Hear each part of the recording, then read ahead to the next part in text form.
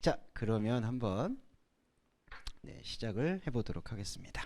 자, 오늘은 7장 지난주에 7장 초반부 좀 살펴봤고, 오늘은 7장 후반부와 8장 초반부 내용을 말씀 살피도록 하겠습니다. 7장 초반부 잠깐 더 정리를 해드리면은 7장 1절에 이일 후에 네 천사가 땅 네 모퉁이에 서고 땅의 사방의 바람을 붙잡아 바람으로 하여금 땅, 바다, 나무에 불지 못하게 한다라고 이제 한글 번역으로 그냥 쭉 말씀드릴게요. 그때 네 천사는 사실은 세상의 그 말뚝을 받고 있는 그런 어떤 뿌리들을 얘기를 하고 있어요. 그러니까 우리가 천사라고 다 묵상을 할 때 다 하나님의 말씀 전달을 온전히 한다라고 묵상하기보다는 이렇게 되어져 있는 우리의 혼적자 안에 있는 천사가 어떻게 하나님의 영적 차원으로 전환되는가, 그런 부분들을 묵상하는 게 저는 필요하다고 생각을 해서 1절의 네 천사는 세상의 말뚝을 받고, 그 바람이라는 게 지난번에 말씀을 드렸지만 하나님의 호흡을 상징하거든요. 그런데 하나님의 호흡이 온전히 불 수 있는 것들을 사실은 가로막고 있는 것. 그런데 이제 되게 모순적이게도 땅의 천사들은 그 하나님의 바람의 소리와 바람의 그 생명력을 불지 못하게 하는 게 나쁜 게 아니라 그게 사람을 위해서 필요하다라고 생각해서 막는다라는 걸 우리가 조금 염두에 둘 필요가 있어요. 그러니까 사실은 바람이 불게 되면 이 바람이라는 거는 뇌성과 번개와 우성이라고 해서 우리가 가지고 있는 그 생각의 틀을 계속해서 흔들게 만들거든요. 그런데 사람은 사실은 이게 안정감을 추구하는 존재인지라 뭔가가 흔들리게 될 때 그거를 받아들이는 거를 매우 거북하게 생각을 해요. 특히 종교는 이렇게 전통적으로 심리적인 안정을 추구하는 걸로 이렇게 결정이 되어 있는 것처럼 보이기 때문에 흔히 그렇잖아요. 우리가 일주일 동안 고생했으니까 주일에 와서는 뭔가 위로받고 치유받고 싶다, 이제 이런 마음을 생각을 하실 수 있는데, 진짜 치유라는 거는 나의 영적인 자아를 대면을 하고 그거를 피하지 않고 말씀을 심는 게 진짜 치유거든요. 그런데 그런 치유보다 현상적인 어떤 안정감을 추구하려고 할 때 바로 이 네 천사와 같은 기능이 눈을 뜨게 된다. 그러니까 여기서 땅이나 바다나 나무에 불지 못하게 하는 천사는 우리 인간적인 차원에서 봤을 때에는 상당히 나를 도와주고 나를 되게 지지해 주는 것처럼 보이는 거예요. 네 천사가. 이거를 진짜 죄송한 말이지만 우리의 교회의 단계로 보자면은 교회에서 뭔가 결속을 다지거나 서로가 서로에게 뭔가 정을 나눌 때 1절과 같은 현상이 나오는 겁니다. 그런데 안타깝게도 그러한 현상이 하나님의 말씀의 진리로 넘어가게 하는데 오히려 걸림돌이 된다는 거예요. 왜냐하면은 세상을 상징하는 네 모퉁이에 말뚝을 받고 서서 영적인 바람을 불지 못하게 하니까. 그래서 이 영적인 바람을 불게끔 할 수 있는 영적 실체를 드러내는 게 2절에 말하는 알로스 앙겔로스라고 해서 다른 천사의 기능을 여기서 우리가 볼 수가 있다.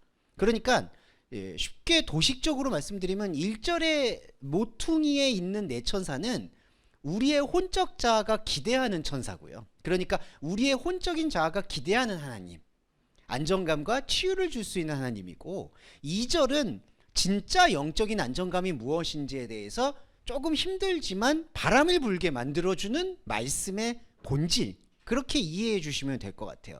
하지만 결국 1절의 천사나 2절의 천사는 모두 관통하고 보면 다 내 안에서 있는 진짜 말씀이에요. 그게 바로 하나님의 통합적인 비전이다. 그리고 그런 통합적인 비전과 말씀의 눈을 뜰 때 우리가 인을 맡게 된다라고 설명드릴 수 있겠습니다. 7장 4절에 이제 인침을 받고 있는 자의 수를 들었다라고 돼 있잖아요. 스프라게주라고 지난번에 말씀을 드렸는데, 이 인침이라는 게 지난번에도 잠깐 말씀드렸지만 한 번 더 말씀드리면, 하나님 앞에서는 이 인침이라는 게 나와 하나님 사이에 어떤 증표와 증거를 말하는 게 아니라 내가 온전히 그리스도의 말씀과 하나가 되어서 그리스도가 내 안에서 숨쉬고 있는 그 자체가 입맞은 자가 된다는 거예요. 그러니까 이제 이게 결정적인 조금 말씀 활동과 율법 활동의 차이가 되는데요. 율법 활동이라는 것은 내가 그러니까 믿음을 가졌든 무엇을 했든 최소한 어떤 것을 행동을 해서 그 증거로 내가 이거를 소유했습니다라고 하나님에게 보여줌으로써 하나님이 나를 의롭다고 여기신다라는 그러한 공식을 율법행위라고 할 수가 있어요. 거기서는 믿음조차도 율법이 되는 거예요. 내가 성모 마리아를 믿습니다. 예수 그리스도의 피를 믿습니다. 부활을 믿습니다. 이제 우리 그런 신앙 고백을 하잖아요. 사도신경도 그렇고. 하지만 그런 고백들이 어떤 의미에서는 우리에게 율법의 면죄부처럼 주어진다는 거예요. 내가 이렇게 믿었으니까, 믿고 침례를 받았으니까 하나님께서는 나를 의롭다고 인치신다. 그거를 인으로, 증거로 생각을 한다는 거죠. 하지만 이 하나님의 말씀의 진짜 인침이라는 거는 그런 맥락이 아니라 우리 안으로 원래 스며들어 있었던 하나님의 뜻과 그 원래 스며들어 있던 하나님의 뜻을 절대로 보지 못하는 우리의 혼적인 자아 사이에 예수 그리스도라는 하나님 자신의 십자가가 들어와서 그 십자가의 참 의미를 깨우치게 되는 것 자체가 전체적으로 의로움이라는 거예요. 그걸 우리가 교리적으로는 칭이라고 얘기하는 거죠. 의롭다 여기셔서. 그래서 이제 그런 맥락에서 바울이 우리가 할 수 있는 게 아무것도 없다라고 고백을 하는 거예요. 네, 이 표현을 조금 인지해 주셨으면 좋겠습니다. 그러니까 율법 행위에 사로잡혀 있는 사람은 어찌 되었든 인을 맞으려고 하는 거고, 이때는 인간적인 인이죠. 그게 바로 앞에 말했던 봉인인 거예요. 7봉인을 막아서 내가 이 봉인을 통해서 하나님과 나의 관계를 어떻게든지 증명받겠다라는 게 바로 인인 거예요. 봉인. 그런데 하나님께서는 말씀을 통해서 그 사람이 생각하는 봉인은 떼어내고 내 안에 본래 존재하고 있는 하나님의 계획과 언약이죠.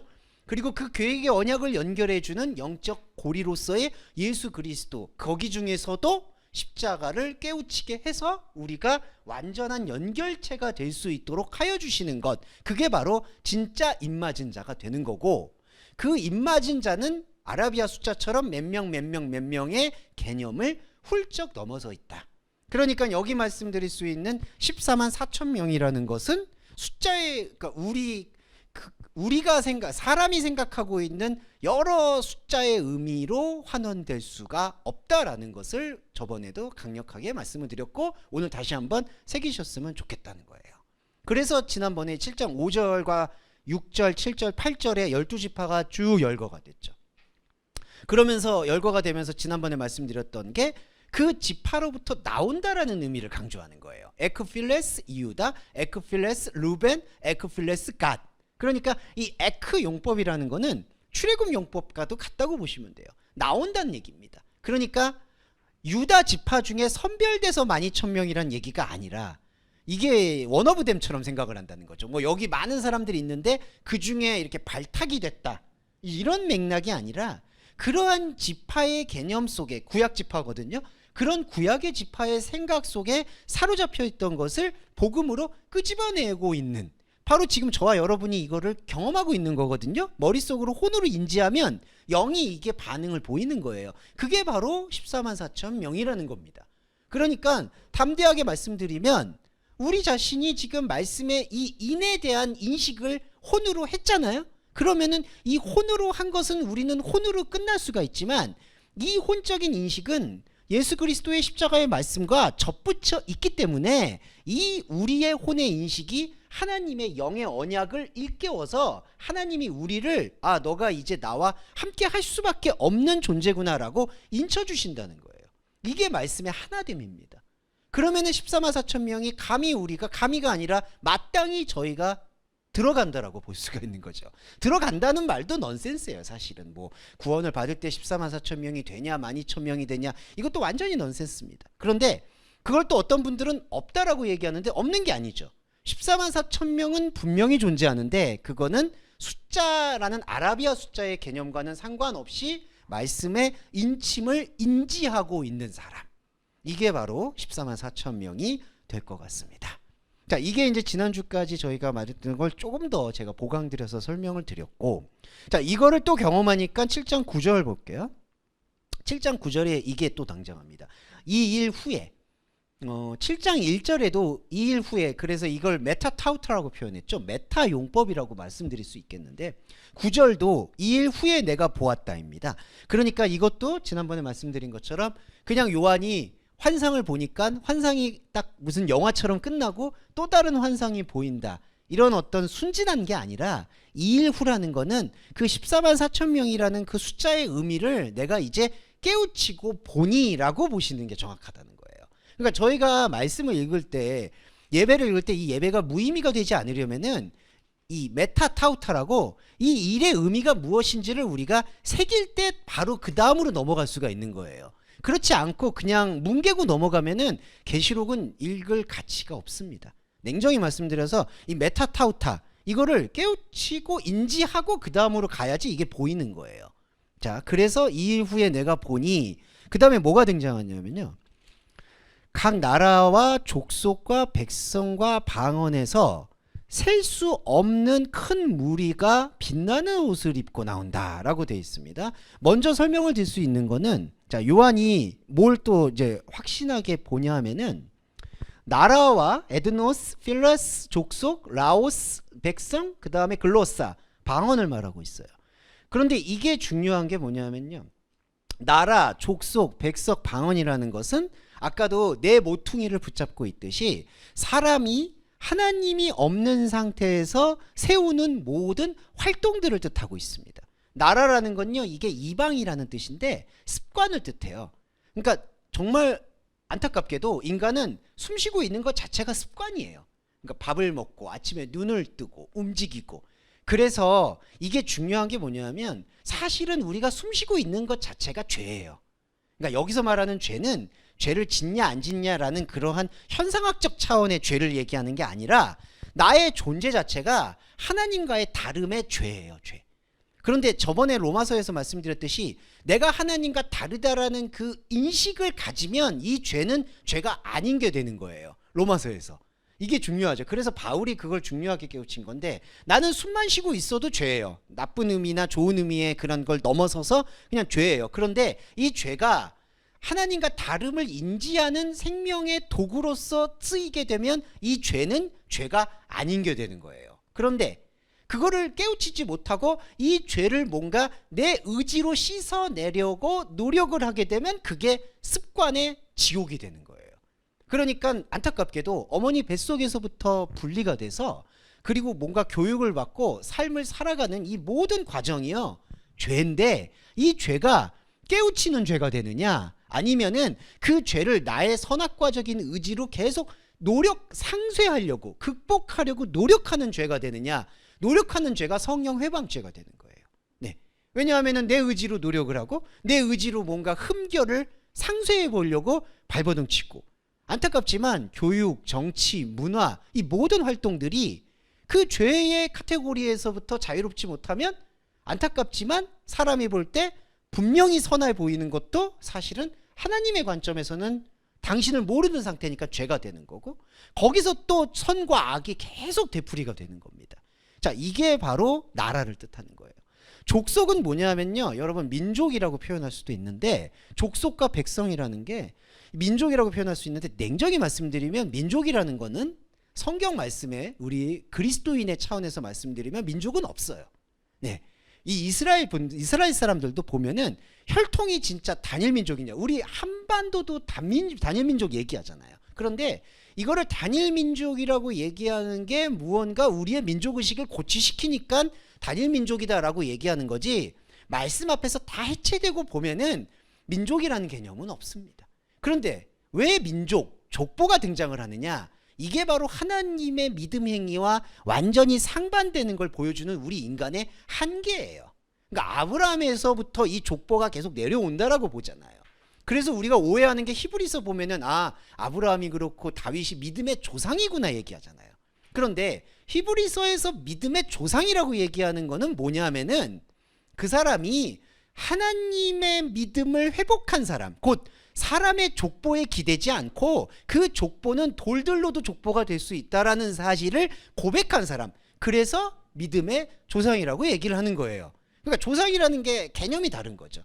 그러니까 그 믿음의 유산을 보여줬다 이게 아니라 다윗이 그랬든 아브라함이 그랬든 야곱이 그랬든 오직 그 시대와 그 시간에서 모든 시대와 시간을 해체시키고 하나님과만 대면한 사람, 독생자의 개념으로 만난 사람, 그게 믿음의 조상이고, 그런 의미에서 저와 여러분도 믿음의 조상인 거예요. 네, 이 믿음의 조상이라는 게, 조상이라는 개념도 이렇게 대대로 내려온다가 아니라 하나님과 피가 연결되었다는 뜻이에요. 네, 그러니까 여기서 말하는 민족이라는 거는 하나님의 민족이 아니라 사람이 생각하고 있는 그런 우리 연대라고 하죠. 끈을 맺는 행위밖에는 안 되는 거예요.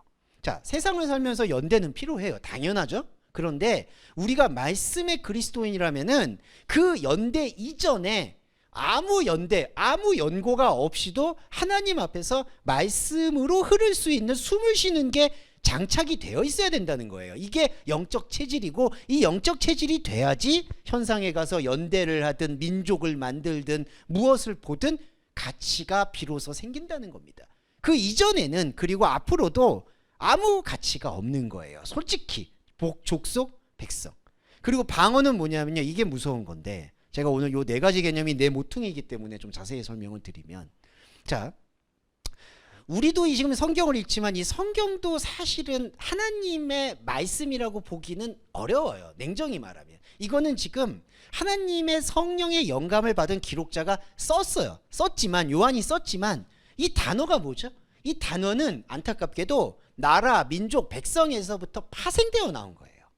그러니까 죄송한 말인데 이 성경에 나오는 단어들은 죄예요. 왜냐하면은 사람과 사람 사이에서 이렇게 하기로 하자. 여러분, 사랑이라는 단어, 믿음이라는 단어, 이게 다 뭐죠? 사실은 하나님의 사랑과 믿음에서 합의된 단어가 아니라 사람이 볼 때 서로 아껴주고 이렇게 동반해주고 위로해주고 내 편이야 하는 걸 사랑이라고 하자라고 하니까 사랑이 나온 거예요. 여기 말하는 방언이라는 게 언어, 말이라는 뜻인데, 이 말이 어디에 뿌리를 뒀냐? 하나님과의 결합에 뿌리를 둔 게 아니라 사람의 숨쉬는 죄의 습관에서부터 이 방언이 나온 거예요. 요 오순절에서 방언을 하는 거는 뭐냐면요, 그게 십자가 고백인 건데, 내가 이런 존재다라는 거를 고백하는 게 오순절 때 사도행전에서 나온 방언인 거예요. 그러니까 어떤 다른 말을 한다라는 그런 차원이 아니라 내가 하고 있는 이 글로사, 말이라는 것 자체가 하나님의 없는 상태에서 나온 것이다. 하나님의 아무 것들에 접점이 없는 상태에서 나올 수밖에 없는 인간의 말이다라는 게 요 방언입니다. 그래서 지금 보시면 어디서 지금 나라와 족속과 백성과 방언에서 라고 되어 있는데, 이게 다 아까 말씀드렸던 에크 용법, 그러니까 거기로부터 나온 말. 거기서 나오니까 뭐가 보이냐면요, 요한에게 셀 수 없는 무리가 나온다고 해요. 여기서 셀 수 없다라는 게 바로 우데이스, 그 다음에 에디나토. 이게 바로 그거를 숫자를 헤아릴 수 있는 능력이 아예 그러니까 상실된 사람. 자, 이게 뭐냐? 자, 아까는 14만 4천 명의 숫자를 셌잖아요. 그런데 그때 14만 4천 명의 수를 센 게 우리가 뭐였죠? 수를 듣잖아요. 그러면 그때 숫자는 아라비아 숫자의 개념을 말하는 게 아니죠. 그런데 자, 나라와 족속과 백성과 방언에서부터 나온 이 방언이 갖고 있는 욕망이 뭐냐면 숫자를 세려고 한다는 거예요. 민수기를 볼까요? 민수기에 보면은 개수라고 하죠. 인구 조사하는 게 2번 나와요. 근데 왜 2번이 나올까요? 이게 조사를 하지 말라는 의미가 내포가 돼 있다라고 보셔야 되는 거예요. 예, 무슨 뜻이냐면요. 여기 지금 조민정 집사님 들어오셔가지고 네, 안녕하세요. 네, 네, 자, 그 뭐냐면은 숫자를 사람이 인구조사, 자, 인구조사를 하는 이유는 선한 뜻이에요. 우리의 세력이 이만큼이고 하나님을 믿는 사람들이 이 정도입니다. 좀 위약적으로 말씀해서 죄송하지만 우리 교회에서 10년 동안 나오지도 않았는데 계속 등록교회 내가지고 우리 교인 규모는 뭐 500명입니다 1000명입니다 하는 경우가 있죠. 그와 마찬가지로 계수하는 게 바로 그렇게 사람들이 갖고 있는 숫자를 세고 그 숫자가 이어지고 있다라는 욕망을 말하는 거예요. 2번 계수를 한다는 거는 그거를 흩어내는 의미가 있는 거예요. 갱신이니까. 자, 여기도 셀 수 없는 무리는 바로 우리 그리스도인의 말씀에 되어진 상태를 뜻하는 거예요. 이걸 셀 수 없어야 되는 거예요. 그러니까 우리가 계시록 말씀을 읽을 때 포인트는 다른 성경도 마찬가지지만 이 의미가 갖고 있는 걸 이중으로 풀어야 되는 거예요. 그러니까 이게 만약에 14만 4천 명이 들어왔다, 나팔을 불었다, 뭐 3분의 1이 태워졌다. 자, 그거를 사람이 갖고 있는 나라, 족속, 백성에서부터 나와서 방언으로 들으면은 어떻게 되죠? 하나님이 볼 때 울리는 꽹과리가 되는 거예요. 그냥 사람의 말이 방언으로 이렇게 합의가 돼 있으니까 하나님이란 단어도 합의가 된 거잖아요. 우상으로 합의가 된 거예요. 이 단어도. 그걸 깨야죠. 십자가로 깨고 그래야지 진짜 하나님이 보이는 거지. 그 전에 하나님은 그냥 내가 그냥 보고 습관으로 길들여졌던 하나님인 거예요. 그러니까 그거를 깨야지 되기 때문에 여기서 요한이 깨달아서 본 것은 이제는 이 사람이 생각하는 숫자와 방언이 아닌 큰 무리가 바로 빛나는 옷을 입고 있다라고 묘사를 하는 거예요. 그리고 이 빛나는 옷을 입고 있는 사람들은 저와 여러분입니다. 큰 무리라고 했을 때 여기서 무리는 부정적인 단어가 아니라 성경에서는 이 무리라는 거를 이제 그냥 어중이 떠중이로 모여드는 사람들이라고 부정적으로 쓸 때도 있는데 이때 무리 오클로스라는 것은 부정적인 의미가 아니라 셀 수가 없기 때문에 무리라고 표현했다. 이거를 조금 새기셨으면 좋겠어요. 그러니까 하나님의 지금 차원으로 저와 여러분이 들어간 거예요. 이게 큰 무리. 이게 바로 빛나는 옷. 빛나는 옷이 뭐냐면은 하나님과 나 사이에 막힘이 없는 투명한 옷. 영적인 소통이 이루어지고 있는 옷이죠. 자, 이 옷을 입고 있는 무리가 종려나무를 들고 지금 뭘 예치냐면요. 중요한 거는 이게 예수님이 예루살렘 성 입성할 때 종려나무 가지 흔들잖아요. 이거에 대한 거울 효과인데 그때 예수님이 예루살렘 성 입성할 때 종려나무 가지를 흔드는 사람들의 천사는 내 모퉁이를 붙잡고 있는 천사인 거예요. 예수님이 이 땅의 왕이 되어야 된다라고 생각하는 사람들이 호산나 찬송하리로다를 외치는 거예요. 그때 종려나무. 근데 지금 종려나무는 뭐죠? 이게 두 번째 종려나무는 이게 깨지는 거예요. 아, 하나님의 예루살렘은 우리가 생각했던 그러한 땅의 하나님이 아니구나. 사람이 생각하는 우상 하나님을 반기는 게 아니구나라는 걸 깨우치는 게 큰 무리가 흔드는 종려나무 가지예요. 이게 저의 찬양입니다. 그러면 저희가 가지고 있는 이 찬양에서 이 요한의 탁월함이 뭐를 종려나무를 앞에서 흔드냐면요. 보좌 앞에 어린 양을 강조해요. 자, 지난주부터 저희가 말씀드렸던 어린 양입니다. 10절 볼게요. 이 큰 무리가 뭐라고 얘기하냐면은 큰 소리로 외쳐서 말하되 구원이 보좌에 앉으신 우리 하나님과 어린 양에게 있다. 여기서 이 의도를 봐야 돼요. 이게 해석을 할 때는 그냥 간단해서 좋죠. 뭐 하나님, 그리고 성부 하나님, 어린 양, 성자 예수님. 그런데 성자 예수님이면 성자 예수 아니면 그리스도 그렇게 직접적으로 표현을 하는 게 당연해요. 근데 여기서는 왜 하나님과 어린 양을 같이 뒀느냐? 이게 무슨 효과일까요? 바로 계시의 효과라고 해서 우리 생각의 방언이 만들어낸 하나님을 완전히 긁어내는, 그러니까 파괴하는 효과가 나오는 거예요.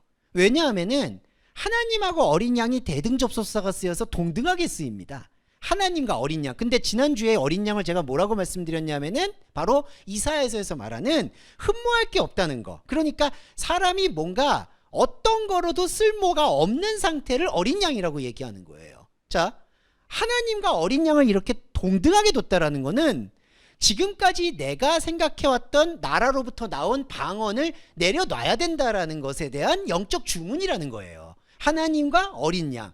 그러니까 아까 종려나무를 성령 체험하기 이전에 흔들 때는 뭐였죠? 어린 양이 빠져있고 보좌에 앉으신 하나님만이에요. 그러면 그건 뭐죠? 사람이 생각하는 방언으로 이렇게 다 디자인된 게 있는 거예요. 우리 습관이. 이거는 억울하시겠지만은 대대손손 내려온 게 있잖아요, 여러분. 전통이라는 게 있잖아요. 하나님이든 부처든 알라든 다 내려왔잖아요. 사람은 선택의 여지가 없이 그걸 교육을 받고 자라온 거예요. 그러니까 하나님이 딱 떠오르면은 어린 양은 절대로 안 떠오르는 거예요. 왜냐하면 어린 양이라는 거는 그냥 사자굴 속에 있는, 다니엘의 사자굴 속에 있는 그냥 돌이니까. 그러니까 어린 양은 안 떠오르는 거예요. 그런데 요한은 이 종려나무의 본질을 깨우치고 보니까 하나님과 어린 양이 같이 있다라고 얘기하는 거예요. 이게 영적 세계예요. 그러니까 이거를 자꾸 잊어버리려는 이 방언의 욕망은 뭐냐면요. 어린 양을 자꾸 예수 그리스도라고 집중을 합니다. 예수 그리스도 맞아요, 여러분. 그런데 예수 그리스도를 왜 예수 그리스도 안 쓰고 어린 양으로 썼니라고 했을 때는 어린 양의 그 영적 개념의 눈을 우리가 떠야 된다는 거예요. 잘못 눈을 뜨면 또 이런 거죠. 어린 양의 피로 우리 죄를 사함을 받았다. 여러분 여기서는 그 맥락이 아닌 거예요. 어린 양을 강조하는 거는 바로 하나님이, 우리가 생각하는 하나님이 얼마나 우상적이었는가를 깨우쳐주는 거울 효과인 거예요. 우리가 이렇게 만들어 놓고 이렇게 쌓았던 하나님이 정말 나중에 사후에 천국에 갔더니 아무것도 아닌 거예요. 이게 아무것도 아니죠. 그래서 저희가 지금 삶에서 만들어내는 모든 그런 가치들이 우상이고 무의미하다라는 게 너무나 당연한 거예요. 어린 양이 빠져있는 상태에서 하나님으로 자꾸 세우니까. 그리고 우리가 죄송한데 이 해석에서 보세요. 어린 양을 자꾸 높여잖아요. 어린 양은 성자 예수 그리스도다, 십자가의 피다. 이걸 빼야 돼요. 그냥 그 물기를 싹 빼고 이사야서만 주목해서 그냥 어린 양이다, 이렇게 주목을 하면은 바로 이 큰 소리로 외쳐서 종려나무를 흔드는 진짜 영적 고백이 저와 여러분의 고백이 되는 거고, 이 고백은 단언하건대 하나님이 받으시는 기도가 되는 거예요. 네, 이게 바로 하나님과 어린 양에게 되어지는 거고요. 자, 이렇게 될 때 11절에 모든 천사가 보좌와 장로들과 내생물의 주위에 섰다가 보좌 앞에 엎드려 경배합니다. 이제 엎드려서 경배한다는 거는 뭐 절을 한다, 뭐 한다, 이게 아니라는 거죠. 네, 엎드려서 경배한다라는 뜻은 뭘까요? 죽어서, 그러니까 죽어서야만 예배를 드릴 수 있다는 거예요. 이게 엎드렸다는 거는 모든 가치가 끊어졌다는 얘기거든요. 그러니까 이거는 뭔가 우리가 제사를 드리거나 예배를 할 때 뭔가 정성을 다하고 전심을 다한다라는 엎드리는 게 아니라, 이 모든 천사가 아까 네모퉁이에 있었잖아요. 이 네모퉁이에 있는 천사가 하나님의 바람의 영적인 것을 깨우치고 보니 자기가 붙잡고 있었던 이 말뚝이 정말 하나님의 생명과는 아무 상관이 없다라는 것 앞에 딱 대면한 상태, 그게 엎드린 상태입니다.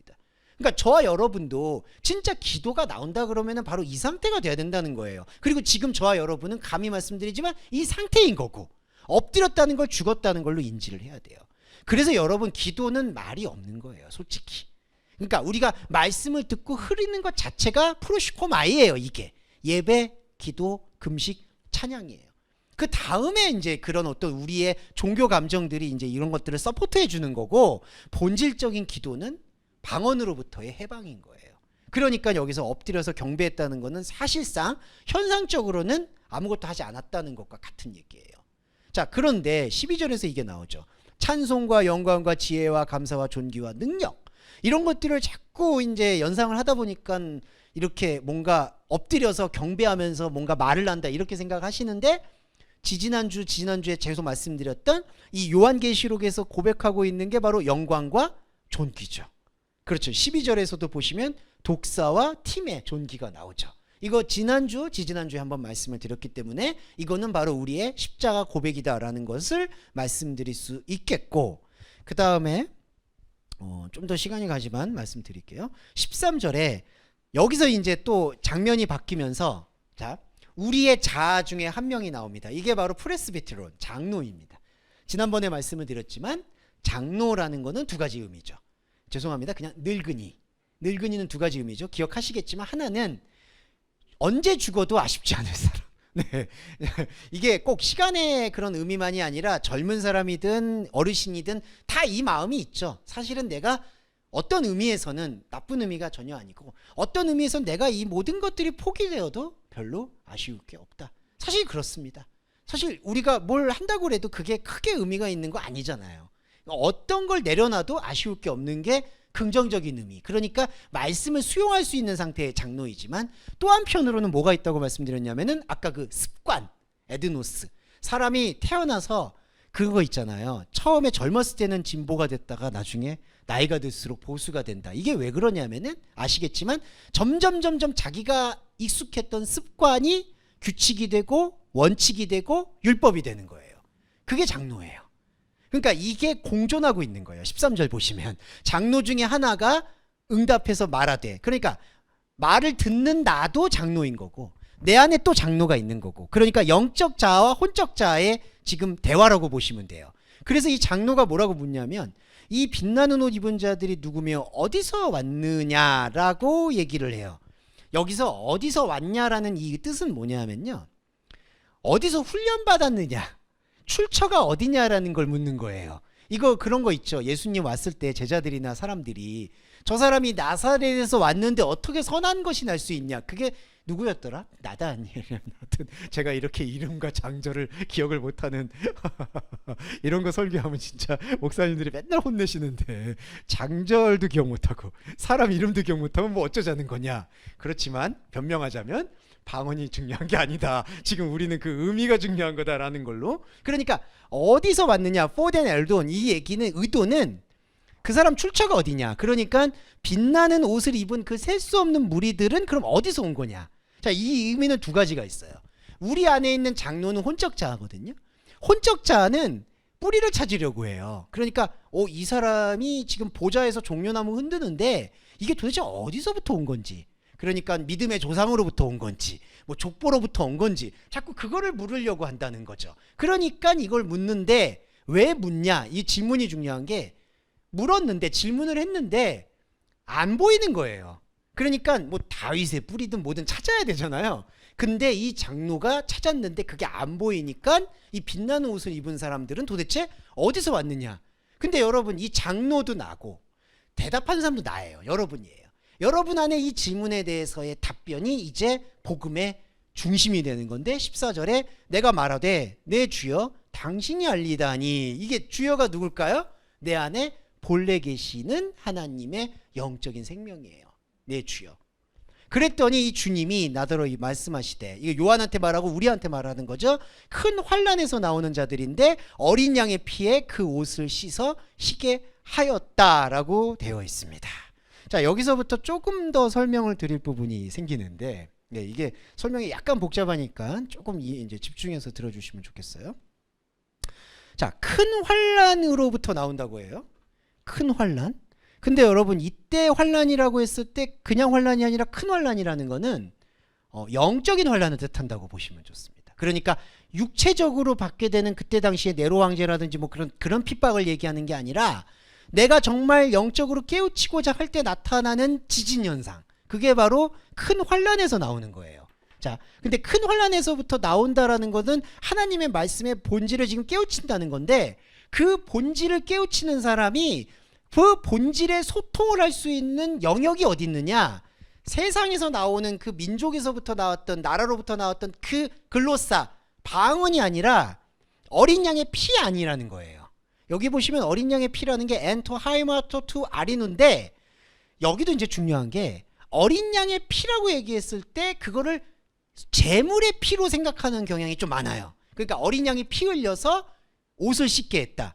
이걸 대속의 원리로 보죠. 근데 이거는 중요한 게 지금 보좌에 누가 있었냐. 하나님과 어린 양이 있었다라고 말씀드리는 거는 하나님과 어린 양의 그 활동을 뜻하는 거거든요. 영적 활동. 그러니까 여기 어린 양의 피라는 거는 속죄의 피를 먼저 떠올리지 마시고 어린 양이 숨쉬는 곳을 떠올리시면 돼요. 어린 양이 숨쉰다. 그러면 세상에서는 안 보이고 하나님의 영적인 세계에서는 분명히 숨쉬는 게 바로 어린 양의 피입니다. 그러니까 이때 피라는 거는 희생의 피를 말하는 게 아니라 하나님의 말씀이 흐르는 곳을 말하는 거예요. 어린 양의 피. 자, 그 어린 양의 피 안에 있으면은, 자, 이 큰 환난에서 나오는 무리들이 어떻게 되냐면은 옷을 씻어요. 옷을 씻는다고 표현해요. 에투란 타스 스토라스. 그런데 여기 옷을 좀 설명을 드릴게요. 이 옷이 있죠. 이 옷이 스톨레스인데 옷. 옷이라는 뜻의 원래의 의미, 동사형은 어디에서 유래했느냐? 준비한다는 뜻이에요. 준비를 한다.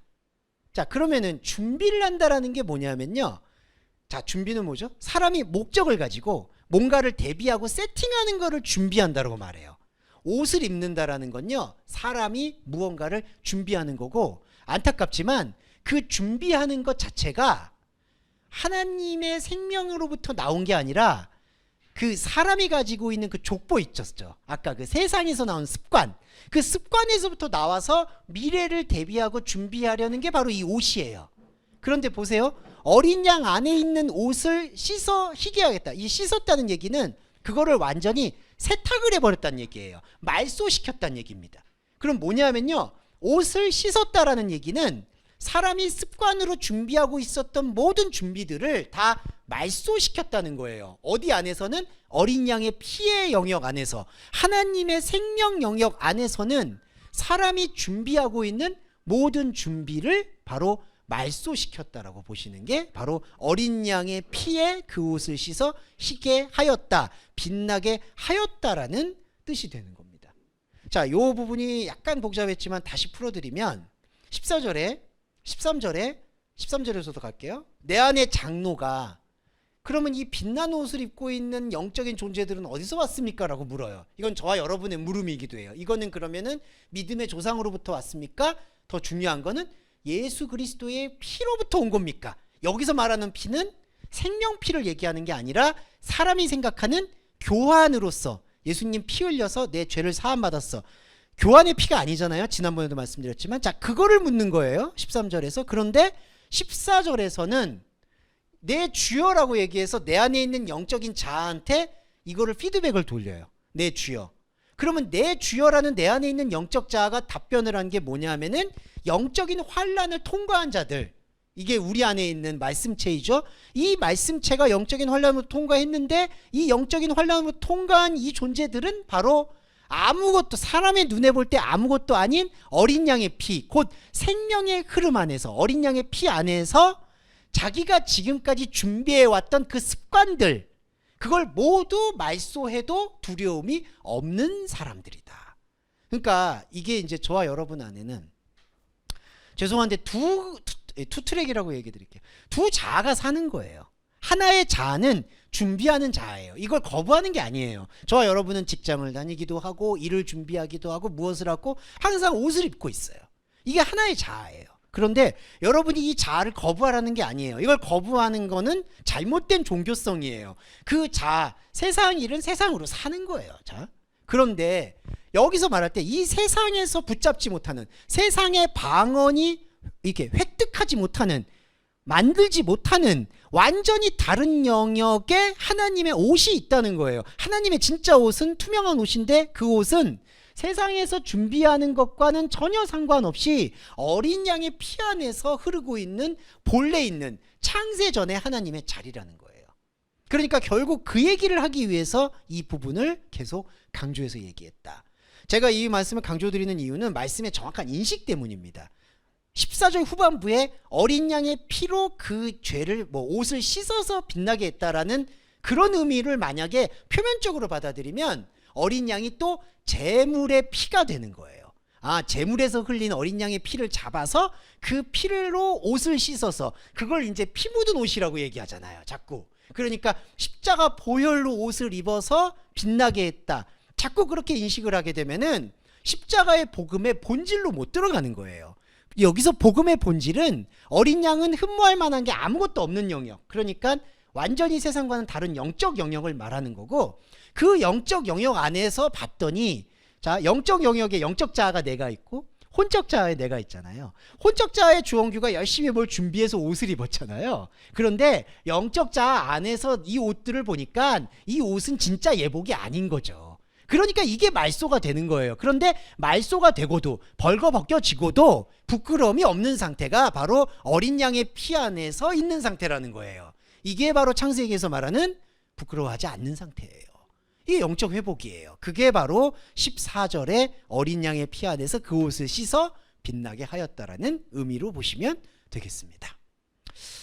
네, 진도가 좀 안 나갔는데 일단 조금 쉬었다가 15절 조금 더 볼게요. 네. 자, 이제 보시면은 14절에서 이제 어린 양의 피로 그 옷을 씻어 맑게 불투명하게 하였다.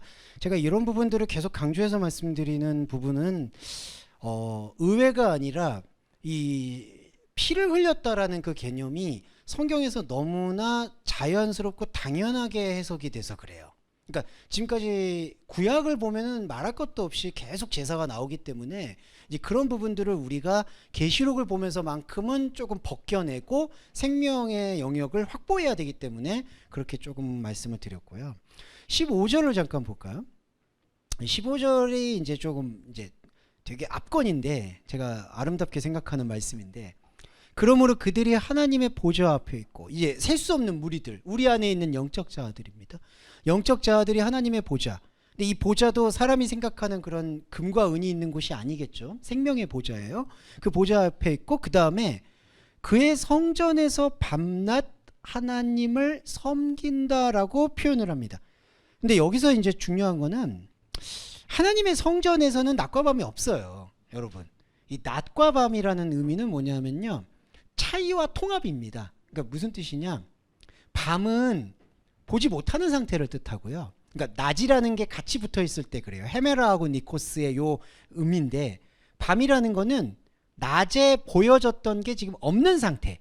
그러니까 없다는 걸 아는 상태예요. 낮과 밤이라고 했을 때는요. 그냥 밤만 쓸 때는 내가 보지 못한다라는 것도 의식을 못하는 상태가 그냥 밤이에요. 그걸 흑암이라고도 얘기하죠. 구약의 성경에서 보면. 근데 낮과 밤이 이렇게 같이 쓰일 때는요. 이때 밤, 니크토스인데 헬라어로 이거는 낮을 경험한 사람이 낮이 없는 거를 아는 상태.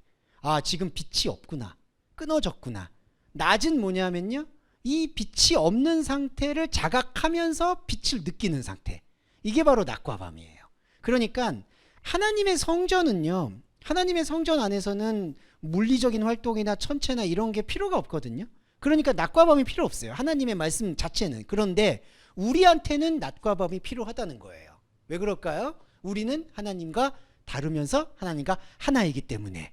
그래서 성전 안에서 밤낮 하나님을 섬긴다는 거예요. 그러니까 여러분 이 밤낮 섬긴다라는 의미를 마치 뭐 24시간 기도의 불이 끊이지 않는 것처럼, 물론 그런 정성은 좋겠지만 좋은 것도 아니에요. 죄송한데 예, 그런 거를 할 시간에 다른 걸 해야 되는 거지만 예, 그러니까 낮과 밤으로 그러니까 시간을 다 쏟아서 하나님을 섬긴다라는 개념이 아니라 성전 하나님의 말씀 안에서는 무엇이 섬긴다라는 얘기인지를 우리한테 조금 명확하게 해주는 거예요. 낮과 밤 하나님과의 다름과 하나님과의 하나됨을 지속하는 게 바로 우리의 섬김이에요. 그러니까 저와 여러분의 섬김의 방식은 각자의 현상적인 삶에선 다 달라요. 그건 여러분들 다른 분들을 권면은 하실 수 있을 때 판단은 해서는 안 돼요. 어떤 분들이 어떤 방식으로 선택하고 가게 되는 현상적인 부분들은 최대한 존중을 해주시되, 우리가 섬겨야 되는 진짜 신앙생활의 본질은 바로 내 안에 창세전에 성전이 있고, 그러니까 각자예요. 이거는 뭐 이 성전이 따로 대표로 있는 게 아니라 여러분 안에 성전이 있고 그 성전 안에서 밤낮으로 하나님의 다름과 하나님의 하나를 계속해서 느끼고 지속시키는 상태가 섬기는 상태예요. 이게 바로 셀 수 없는 무리들이 느끼는 영적인 황홀함이에요. 자, 이 황홀함이 우리 안에서 들어오게 될 때 이게 중요해지는데, 자, 보좌에 앉으신 이가 그들 위에, 자, 우리의 영적 자 위에 바로 스카노스, 장막을 치신다고 합니다. 이 장막이 뭐냐? 사도 바울이 말하는 소마와 같아요. 이 몸이에요. 이 장막이 뭐냐 하면은 이제 우리한테는 이게 중요한 건데, 그래서 계시록에서는 바울 서신에서는 그거를 몸이라고 표현하고요. 육의 몸이 있은즉 영의 몸이 있다. 계시록에서는 그거를 스카노스, 장막이라고 표현을 해요. 이 장막이라는 거는 뭐냐면요, 외부와 내부가 계속해서 공존하는 상태를 뜻해요. 왜냐하면 장막이라는 거는 외부로부터 보호한다는 개념이거든요. 그런데 외부는 뭘 얘기하느냐면 우리가 하나님과 다른 세계를 말하는 거고, 내부는 우리가 하나님과 온전히 함께하는 세대를 말하는 거예요. 혹자들 사람들이 좀 오해하시는 거는 장막 안에만 있어야 된다는 생각을 갖는데, 그게 아니라요. 장막을 만든 이유는 외부를 더 선명하게 보여주기 위함이라는 것을 우리가 명심해야 돼요. 외부는 뭐냐? 하나님과 다른 세계. 내부는 뭐냐? 하나님과 온전히 하나 되는 세계. 자, 사단은 뭐냐? 내부라는 장막을 보지 않고 외부라는 하나님과 다름을 보지 않고 장막과 안팎이 다 하나님처럼 되고자 하는, 그것도 자기가 생각하는 자기의 습관이 나온 우상을 쫓아가는 상태가 바로 사탄이에요. 그래서 베드로한테 사탄아 내 뒤로 물러가라라고 얘기하는 게 안팎의 장막의 구분이 없이 그냥 광분해서 자기가 섬기는 대상으로 진짜 문자 그대로 밤낮 물불 안 가리고 가는 상태. 그게 바로 장막이 없는 상태예요. 장막을 갖고 있는 저와 여러분은 외부는 하나님과 다름이고 내부는 하나님과 하나인 영역을 경험하고 유지하는 게 바로 장막의 행함입니다. 이 장막이 우리 안에서 성전으로 나중에 또 돌아가는 거예요. 자, 그러면 이렇게 돼요. 16절에 저희가 굶주리지 않고 목마르지 않고 해나 아무 뜨거운 가운데 상하지 않는다. 자, 이게 어렵지만 중요한 건데, 이게 고통이 없어진다는 얘기가 아니라 영적인 체질에 대한 설명을 하고 있는 거예요. 자, 영적인 체질은 뭐냐면요.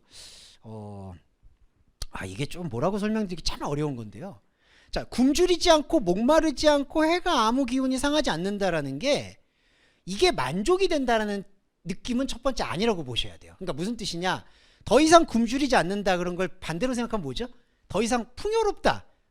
배불리 먹는다잖아요. 배불리 먹는다 그런 뜻이 아닌 거예요, 이게. 그러니까 무슨 거냐? 우리가 천국을 기대할 때 더 이상 거기는 고난도 없고 아픔도 없고 슬픔도 없을 거야.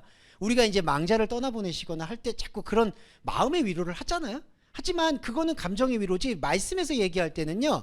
더 이상 굶주리지 않을 거야라는 거를 반대로 말하는 게 아닌 거죠.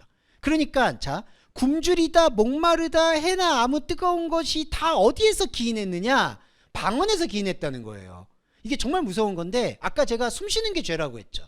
그러니까 하나님을 모르는 상태에서 파생되었던 것들은 항상 여기서 저울질 당하는 거예요. 굶주리고 굶주리지 않게 하려고 노력하고 매달마다 월급을 받는 이유가 뭘까요? 굶주리니까 굶주리지 않으려고. 이게 인생의 흐름인 거예요. 그런데 영적 영역은 그게 만족된다는 게 아니라 마치 무슨 로또를 맞듯이 아니면은 천상세계는 다르겠지 하는 어떤 그런 희망 고문처럼 우리가 인생에서는 굶주렸지만 하나님 나라에서는 안 굶주리겠지 그게 아니라 하나님 영역에서는 어린 양의 영역에서는 이렇게 굶주리고 채워지고 목마르고 갈증이 해소되는 그러한 사이클이 아닌 사이클이 생명수가 존재하고 있다. 이게 바로 두 세계를 말하는 거예요. 우리가 살고 있는 요기 세계, 육의 세계, 그리고 하나님이 함께하고 있는 영의 세계. 자, 이게 바로 체질이 두 체질이 나오게 되는 게 바로 눈물을 닦아주는, 이게 18절에서 눈물을 닦아주는 게 나오거든요. 눈물을 닦아준다는 얘기는 비늘을 벗긴다는 얘기예요.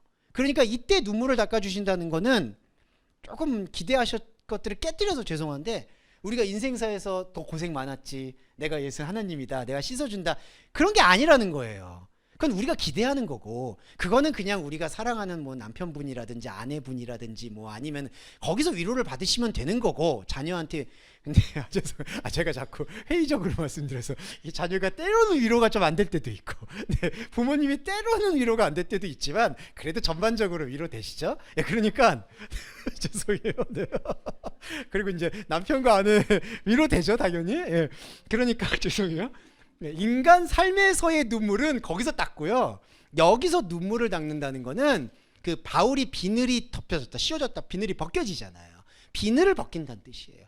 그러니까 영적 실체를 더 선명하게 보여주겠다라는 의미가 됩니다. 자, 이게 바로 영적 자와 혼적 자의 두 세계가 지금 우리가 마치 옛날에 그 두 날개 그런 거 많이 들어보셨죠? 이렇게 가는 거예요, 같이. 자, 그런데 이제 여기서 마지막 결론적 부분 잠깐 언급드리고 8장은 저희가 다음 주에 하도록 하겠습니다. 중요한 거는 그리스도인의 자아의 변화예요. 그리스도 자아의 변화에 대해서 잠깐 말씀드릴게요. 자, 그리스도인에게는 영적 자아가 이제는 필연적으로 보인 거예요. 그러니까 저와 여러분이 혹시라도 이게 무슨 주목사 뭔 얘기하는지 잘 모르겠다, 난 못 알아들었어 라고 얘기한다 하시더라도 이게 신비적인 건데 지금 이 시간이 카이로스의 시간이 되어버렸잖아요. 그럼 카이로스의 시간에 여러분들이 노출이 됐잖아요. 그러니까 하나님이 말씀하시는 시간에 노출이 됐을 때 여러분의 혼적인 인식이 충분히 인식이 되든 안 되든 그것과는 상관없이 하나님께서 당신의 생명을 지금 불어넣을 수밖에 없는 언약이 눈을 뜨는 거예요. 이게 필연적 언약이고 부득불 전한다는 뜻이에요. 자, 이게 되어졌잖아요. 이게 그리스도인이 영적 자아를 발견한 상태예요. 영적 자아를 발견한 상태의 자아는 혼적인 자아를 예전에 사탄처럼 살고 있는 자아로 더 이상 받아들이지 못하게 되는 필연적인 변화는 있는 거예요. 무슨 뜻이냐? 영적인 자아가 보이지 않을 때 육적인 자아 안에서 우상도 만들고 자기도 만들고 다 쌓아오잖아요. 거기에 습관으로 방언을 만들고 방언이 하나의 이념이고 사상이 될 수 있거든요. 그런 사상들을 계속 추구하잖아요. 그랬는데 그리스도인에게는 하나의 그렇게 추구해왔던, 그리고 그게 마치 인생의 전부였던 거에 어떻게 보면 완전한 제동이 걸린 것과 같은 거예요. 이게 나의 모든 자아가 거기에, 좀 속된 표현 써서 죄송한데, 몰빵을 했는데, 그러니까 여러분 사실은 그리스도인의 본질 자아가 아니면은 다 거기에 인생이 다 그거잖아요. 나 그러니까 이렇게 가족 꾸리고 뭐 업적 쌓고 뭐 책 쓰고 뭐 직업하고 이렇게 해서 잘 살았어. 항상 진짜 죄송한 말인데 나이 드신 분 중에 철없으신 분들이 그런 걸 소시적 얘기하면서 자기의 업적으로 생각을 하잖아요. 모든 인생이 그거예요. 끝난 거예요. 그런데 그리스도인에게는 이제는 영적인 그 필드가 보인 거예요. 그러니까 이상하네? 어린 양이라는 게 있네? 그러니까 이곳에서 내가 지금까지 광분해 왔던 것들에 그 브레이크가 걸리기 시작하는 거예요. 그게 고난입니다, 여러분. 그러다 보니까 사실은 세상 사람들은 막 달려가는 것처럼 보이는데 나는 거기서 막 달려가는 게 능사가 아니라는 거를 여러분과 저는 인지를 할 수밖에 없는 거예요. 그리고 그게 복음이에요. 그러면서 예전의 방언으로 인해서, 이게 맞죠? 세상의 방언, 습관의 방언으로 인해서 추구해왔던 것들을 뭐 내려놓는다, 뭐 버린다, 이런 게 전혀 아니라 이런 자아의 모습을 이제는 다른 패러다임으로 발견하게 되는 거고, 하나 더 말씀드리면 이 어린 양 영역을 제대로 발견을 못하고 이거를 그냥 피해 영역으로 발견한다. 그러면 어떻게 되냐면요, 이게 제일 안 좋은 건데 영지주의가 바로 여기서 일어나요. 어린 양의 생명 영역은 관심이 없고 세상에서 세상을 극복한 믿음을 통해서 세상의 빛과 소금이 되겠다라고 얘기를 하게 되잖아요. 그럼 어린 양은 황폐하죠. 그리고 여기는 지금 내가 자각을 했죠. 근데 여기는 뭐냐면요, 아까 굶주리는 거에 반대가 있다고 했잖아요. 그럼 반대가 또 뭐냐면은 악마가 보이는 거거든요. 그러니까 어린 양 영역에서는 아예 이 하나님이 아닌 영역이 안 보이고 생명만 숨쉬는 영역인데, 여기에 관심이 없으면 세상이라고 말하고 있는 영역을 막 단죄하면서 여기는 소돔과 고모라야, 여기를 십자가의 피로 다 씻어야 돼. 그러다 보니까 여기서 광분하는 거예요. 그러니까 그러니까 종교가 없는 사람은 돈에 광분하다가 돈에 끝나는 거고, 종교가 있는데 어린 양 영역을 발견 안 하는 사람은 어린 양은 관심 없고 여기는 세속주의자들이야, 잘못된 거야, 이걸 다 어린 양의 피로 씻어서 깨끗하게 순결한 신부가 돼야 돼 라고 하니까 여기서 다람쥐 쳇바퀴가 되어버리면은 이게 안타깝지만 큰 용을 섬길 수밖에 없게 되는 거예요. 이 계시록은 가장 단호하게 무섭게 그걸 얘기하는 거예요. 그러면은 좀 사자성어라고 해야 되나? 그게 도찐개찐. 네, 도찐개찐. 그러니까 이게 어린 양 영역은 반격 없고 여기서 자꾸 십자가. 그러니까 죄송한데 여기서 엑소시스트 할 필요가 없다는 거예요. 뭐 얘 마귀야 물러가라. 여기서 그걸 왜 해요?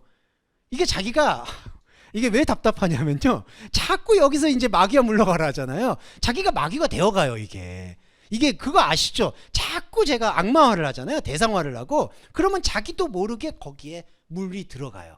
자기가 상대적으로 깨끗하다고 해도 그것도 물들어간 거예요.